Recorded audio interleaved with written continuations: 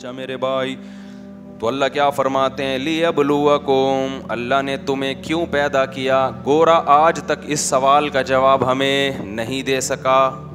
لیبلوکم، وہ تمہیں آزمانا چاہتا ہے. کیا آزمائش ہے؟ ایکم احسن عملا، تم میں عمل زیادہ سے زیادہ اچھا کون کرتا ہے؟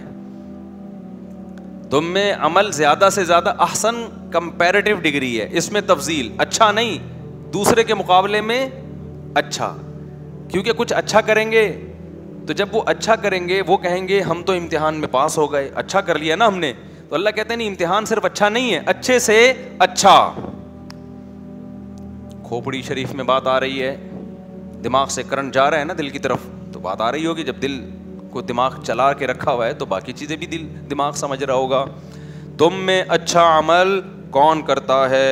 وَهُوَ الْعَزِيزُ الْغَفُورُ، وہ زبردست غالب ہے، برا کرو گے تو پکڑے گا تمہیں. الغفور، اور اگر غلطی کر کے تمہیں احساس ہو گیا کہ میں غلط ٹریک پہ چل رہا ہوں، توبہ کرو گے تو وہ کیا کرے گا؟ معاف کر دے گا. تو میرے بھائی قرآن کی تو یہی دعوت ہے. ہم کتنے عرصے سے قرآن سن رہے ہیں تراویحوں میں، اب ختم ہونے کے قریب ہے.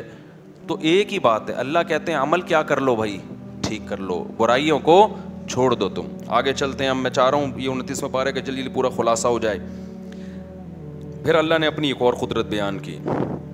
الذی خلق 7 سماوات طباقا، اس نے 7 مضبوط آسمان بنائے پے در پہ. ایک آسمان، پھر اس کے اوپر دوسرا آسمان، پھر اس کے اوپر تیسرا. ہم ابھی تک پہلے آسمان کو نہیں دیکھ پائے ہیں. کتنی بڑی کائنات ہے نا، جو سائنسدان بتاتے ہیں آدمی کی کھوپڑی گھومنا شروع کر دیتی ہے. اور یہ ساری پہلے آسمان کے نیچے نیچے ہے، پہلے آسمان کے نیچے. اس کے بعد کتنی بڑی چھت ہوگی جو اس سے بھی بڑی کائنات ہے اس کے اوپر.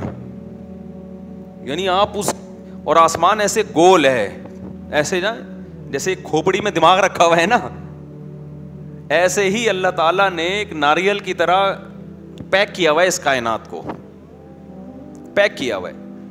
اور قرآن سے بھی پتہ چلتا ہے انا لموسعون، ہم اس کو وسعت بھی دے رہے ہیں. تو پھیل بھی رہی ہے، یہ رکی بھی نہیں ہے. اب وہ پھیلنے کے انداز کیا ہے؟ آسمان پھیل رہا ہے یا آسمان کے اندر؟ لیکن بظاہر ایسا لگتا ہے کہ ہم آسمان ہی کا حجم بڑھتا جا رہا ہے. کیونکہ جب کائنات پھیل رہی ہے تو وہ جو اوپر خول ہے نا، اس کی مثال ایسے ہے جیسے پھلوں کے اوپر جو چھلکا ہوتا ہے نا، تو پھل کی گروتھ سے وہ چھلکا بھی آہستہ آہستہ کیا کرتا ہے؟ گرو کرتا ہے. ہمارے اوپر ایک کھال ہے نا، ہم جب بڑے ہوتے ہیں تو ایسا کبھی دیکھا کہ ہم بڑے ہو رہے ہیں، کھال وہی ہیں، ہماری اسکن وہی ہے، تو ہم تو عجیب سے ہو جائیں گے نا، پھنس جائیں گے اس کے اندر. ہمارے ساتھ ساتھ ہماری اسکن بھی بڑی ہوتی ہے. تو والسماء بنیناہا بأید وإنا لموسعون، قرآن کہہ رہے ہیں ہم نے بہت طاقتور آسمان بنائے ہیں اور ہم کیا کر رہے ہیں؟ اس کو پھیلا بھی رہے ہیں. تو یہ کائنات پھیل بھی رہی ہے، پتہ نہیں کہاں جا رہی ہے. کتنی بڑی کائنات اللہ نے بنا دی. آگے اللہ تعالیٰ فرماتے ہیں ما تری فی خلق الرحمن من تفاوت، اے مخاطب تو رحمان کی بنائی ہوئی چیزوں میں کوئی عیب نہیں دیکھے گا. یہ بھی اللہ کے وجود کی، اس کی قدرت کی بہت بڑی دلیل ہے. ہر چیز میں ایک الگ ہی مینجمنٹ، ہر چیز میں. ایسا لگتا ہے اس سے بہتر اس کو بنانا ممکن تھا ہی نہیں. پرندوں کی چونچیں دیکھ لو خالی آپ. کچھ پرندوں کی چونچ کیسی ہوتی ہے؟ مڑی ہوئی. آپ نے طوطے کی چونچ مڑی ہوئی ہوتی ہے، آپ نے کہا یار یہ مڑی ہوئی ٹھیک نہیں ہے، اس کو سیدھا کر دو، مر جائے گا تھوڑے دنوں میں. کیونکہ اس کی جو خوراک ہے نا، جس انداز کی اللہ نے خوراک دی ہے، اس کی خوراک کے لحاظ سے مڑی ہوئی چونچ ہی اس کے لیے سوٹیبل ہے. تو چونچ کیسی بنا دی؟ مڑی ہوئی. اگر یہ اتفاق سے بنے ہوتے تو ہول سیل کے حساب سے چونچیں پڑی ہوئی ہوتی، مختلف پرندوں کی لگ جاتی وہ جا کے. کیا خیال ہے؟ کوئی بھی کسی کے ارتقاء کے نتیجے میں فٹ آ گئی، ایسا تھوڑی ہو رہا ہے بھائی. ہر پرندے کی چونچ اس کے حساب سے فٹ کی جا رہی ہے. یہ جو پانی میں شکار کرنے والے پرندے ہیں، سارس وغیرہ، ان کی چونچیں کیا ہوتی ہیں؟ لمبی، پورے چپو ہوتے ہیں. یہ وائپر کی طرح نا پانی کے اندر یہ باہر کھڑے ہو کے ایسے مزے سے انجوائے کر رہے ہیں، اور چمچ کی طرح نا پڑک کر کے مچھلی کو پکڑا. اور ایسے ایسے پرندے اتنے بڑے بڑے. اب ان کو اللہ نے سائز چھوٹا دیا، چونچیں بہت بڑی دے دی ہیں تاکہ ایک ٹائم پہ نا تم زیادہ مچھلیاں لے جا سکو.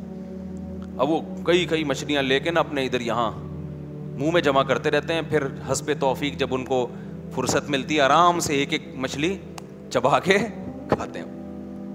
ٹائم کم ہے ان کے پاس. ہر جانور کا آپ دیکھ لو ایسے. اچھا, گروتھ ریشو کا بڑا عجیب حساب ہے.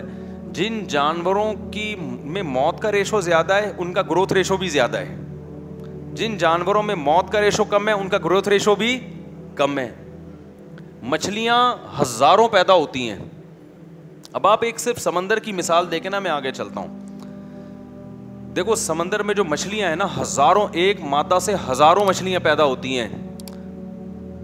اگر سمندر کی مچھلی کی جو ماں ہے نا, بچوں کی ماں, وہ بچوں کو ایسے پالتی نا جیسے مرغی اپنے چوزوں کو پالتی ہے, سمندر میں پاؤں رکھنے کی جگہ نہیں ملتی. اتنا گروتھ مچھلیوں کی بڑھ جاتی کہ مچھلیوں نے سمندر کی ساری مخلوق کو ختم کر دینا تھا. جتنی گرینری سمندر کے اندر, پودے مودے سب ختم, مچھلیاں ہی ہوتی اور پانی ہوتا. اور تھوڑے دنوں میں جب ساری غذا ختم ہو جاتی سمندر کی, یہ خود بھوک سے مر کے ختم ہو جاتی. اللہ نے کیا نظام بنایا, ہزاروں بچے پیدا ہو رہے ہیں لیکن ماں ان کو پالے گی نہیں بلکہ ان کی دشمن ہے. پیدا ہوتے ہی کھانا شروع, ٹک ٹک ٹک, 4-6 بچ گئے, یہ ان کی قسمت ہے. گروتھ ریشو قدرت نے کیا بولو, خود ہی کنٹرول کر لیا. سانپ ہزاروں انڈے دیتی ہے نا مادہ اس کی, اور بچے بھی کتنے پیدا ہوتے ہیں, لاکھوں انڈے دیتی ہے, بچے سانپ کے ہزاروں پیدا ہوتے ہیں. ماہرین کہتے ہیں اگر سانپ کے بچے سانپ کی مادہ دشمن بن کے کھانا نہ شروع کر دے نا, تو ریگستانوں میں, صحراؤں میں سانپ ہی سانپ نظر آئے آپ. اللہ نے نظام ایسا بنایا, جب بچے نکلتے ہیں تو ماں ڈائن بن کے ان بچوں کو بولو کھانا شروع کر دیتی, کھا کے ختم. 2-4 بچ کے نکل لیے تو وہ بڑے ہو گئے بس. کیسا نظام. اور جن کا گروتھ ریشو اسپیڈ زیادہ نہیں, جیسے انسانوں کی سال میں ایک ہی پیدا ہوگا, بہت زیادہ جڑواں ہو گئے. یا اور مخلوق میں ایسا ہے, پینگوئن جو ہے نا, جو سرد علاقوں میں رہتا ہے, اس کی ماں اور باپ دونوں مل کے بچے کو پالتے ہیں, کیونکہ ان کا گروتھ ریشو بہت زیادہ کم ہے, بہت کم بچے دیتے ہیں یہ. اور بچوں طوفانی ہواؤں سے مرنے کا بھی خطرہ ہوتا ہے. آپ ڈاکومنٹری دیکھیں, یہ اتنی محنت سے بچوں کو پالتے ہیں کہ اتنی محنت سے انسان نہیں پال رہا ہوتا اپنے بچوں کو. اس سے پتہ چلتا ہے کہ ما تری فی خلق الرحمن من تفاوت, رحمان کی تخلیق میں تمہیں کوئی عیب نظر نہیں آئے گا. تو بھائی یہ آٹومیٹیکلی نہیں ہے, یہ سب کیا ہے, ایک پلان ہے. آپ کہہ سکتے ہیں بھائی ہم تو دیکھتے ہیں بارشیں جب برستی ہیں بعض دفعہ اتنی برس جاتی ہے کہ پورے شہر تباہ ہو جاتے ہیں, اور بعض دفعہ برستی نہیں ہے, نل کے کھولو تو پانی نہیں آ رہے, اس میں پانی نہیں ہے بھائی, ڈیم خالی ہو گئے. تو اگر رحمان کی اس تخلیق میں مینجمنٹ ہوتی تو بارش بڑی تمیز سے ہوتی. کیا خیال ہے, جب پانی کی ضرورت ہوتی بارش ہوتی, جب ضرورت ختم ہو جاتی بارش ختم. تو یہ بھی ملحد لوگ اعتراض کرتے ہیں. خوب سمجھ لو, مینجمنٹ ہماری عقل کے مطابق نہیں ہوگی, مینجمنٹ ہے مگر کس کے, اللہ کے مطابق ہوگی. وہ اسی کو مینجمنٹ سمجھتا ہے, تاکہ لوگ حادثوں سے بھی ڈرتے رہیں, تاکہ لوگ خدا کی طرف توجہ بھی کرتے رہیں. بھائی قحط بھی پڑ سکتا ہے تو خدا سے مانگو, زلزلے بھی آ سکتے ہیں, وہ تباہ بھی کر سکتا ہے. تو یہ بھی اللہ کی نظر میں مینجمنٹ ہی ہے, تاکہ لوگ ڈریں, موت سے بھی ڈریں. اب بارش اگر بالکل ہی تمیز سے ہوتی تو لوگ بارش سے بچنے کا انتظام کرتے کیا؟ اس لیے اس نے یہ جو ہوتا ہے نا حادثاتی موت ہو گئی, بندہ اچانک مر گیا, یہ وبائیں آ گئیں, موت کا ریشو بڑھ گیا, یہ بھی اسی مینجمنٹ کا ایک حصہ ہے, تاکہ انسان اتنا بے سکون ہو کے زندگی نہ گزارنا شروع کر دے کہ اب وہ احتیاطی تدابیر بھی اختیار کرنا چھوڑ دے اور ہر طرح کی فکروں سے آزاد ہو جائے.